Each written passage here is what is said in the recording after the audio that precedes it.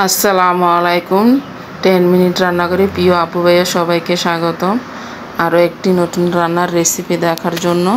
তো আমি আজকে জাল রোস্ট করব। এই জাল রোস্ট কীভাবে করব জানতে হলে প্লিজ স্কিপ না করে সম্পূর্ণ ভিডিওটি দেখবেন, আর দেখে যদি ভালো লাগে প্লিজ আমার চ্যানেলটি সাবস্ক্রাইব করবার অনুরোধ রইল।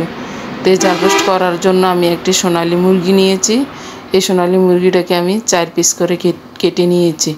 তো প্রথমে আমি লবণ দিয়ে মেখে নেব ভাজার জন্য। তো লবণ দিয়ে দিচ্ছি, দিয়ে আমি ভালো করে মেখে নিচ্ছি। এই জাল রোস্টটা খেতে অসম্ভব মজা লাগে, আপনারা বাড়িতে একবার হলো বানিয়ে খেয়ে দেখবেন। তো চুলায় একটি ননস্টিকের কড়াই বসিয়ে দিয়েছি। কড়াই গরম হয়ে গেছে, এখন পরিমাণ মতো তেল দিয়ে দিচ্ছি। দিয়ে আমি রোস্টের পিসগুলি ভেজে নিচ্ছি।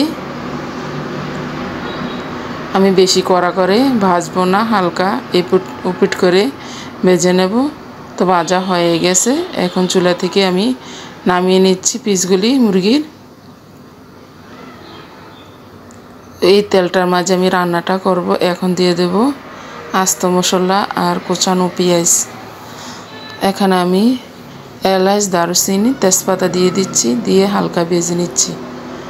এখন দিয়ে দিচ্ছি কোচানো পেঁয়াজ, দিয়ে ব্রাউন কালার করে ভেজে নিচ্ছি। এখানে টক দইয়ের মাঝে আমি আদা পেস্ট, রসুন পেস্ট, পেঁয়াজ পেস্ট দিয়ে ভালো করে মিক্স করে নিচ্ছি। এই মিশ্রণটা এখন দিয়ে দিচ্ছি তেলের মাঝে, দিয়ে আমি হালকা ভেজে নেব। তারপর আমি গুঁড়া মশলাপাতি অ্যাড করব। দিয়ে দিচ্ছি স্বাদ মতো লবণ, আর দিয়ে দিচ্ছি বাদাম বাটা, দিয়ে মিশিয়ে নেড়ে চেড়ে নিচ্ছি।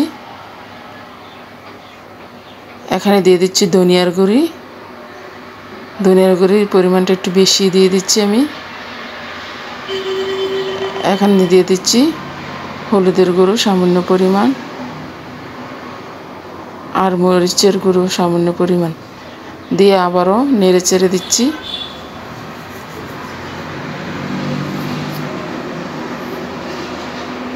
এখানে গরম মশলা দিয়ে দিচ্ছি উঁচু করে 1 চা চামচ।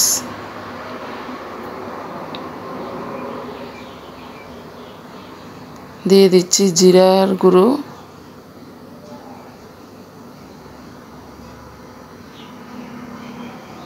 দিয়ে দিচ্ছি টেস্টি সল্ট।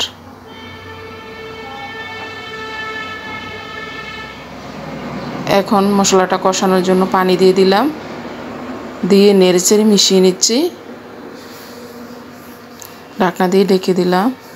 তো বলক এসে পড়েছে, এখন আবারও নেড়ে ছেড়ে দেবো। দিয়ে দিচ্ছি কয়েকটি কাঁচামরিচ মাঝখান থেকে ভেঙে।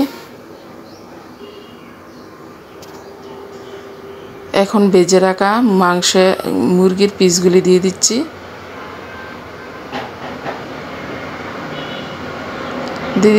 দিয়ে আমি মশলাটার সাথে উল্টিয়ে পাল্টিয়ে মিশিয়ে নিচ্ছি। তো ঢাকনা দিয়ে ঢেকে দেব। এখন দিয়ে দিচ্ছি আমি দুধ, তরল দুধ দিয়ে দিচ্ছি আমি। এখন আবারও আমি ঢাকনা দিয়ে ঢেকে দেব। এখন আমি লো এবং হাই মাঝামাঝি রেখেছি চুলাটা, যাতে মাংসটা সিদ্ধ হয়ে যায়। তো মুরগির মাংসর রোস্টটা রান্না হয়ে গেছে। এখন উপর দিয়ে ঘি দিয়ে দিচ্ছি। তো যে আপু ভাইয়েরা ধৈর্য সহকারে রান্নার ভিডিওটি দেখেছেন সবাইকে অসংখ্য ধন্যবাদ। আর দেখে যদি ভালো লাগে প্লিজ আমার চ্যানেলটি সাবস্ক্রাইব করবার অনুরোধ রইল। তো সবাই ভালো থাকবেন, আবার দেখা হবে অন্য কোনো একটি রেসিপি নিয়ে। সেই পর্যন্ত সবাই সুস্থ থাকবেন, ভালো থাকবেন। আমি এখানে বিদায় নিলাম। আল্লাহ হাফেজ।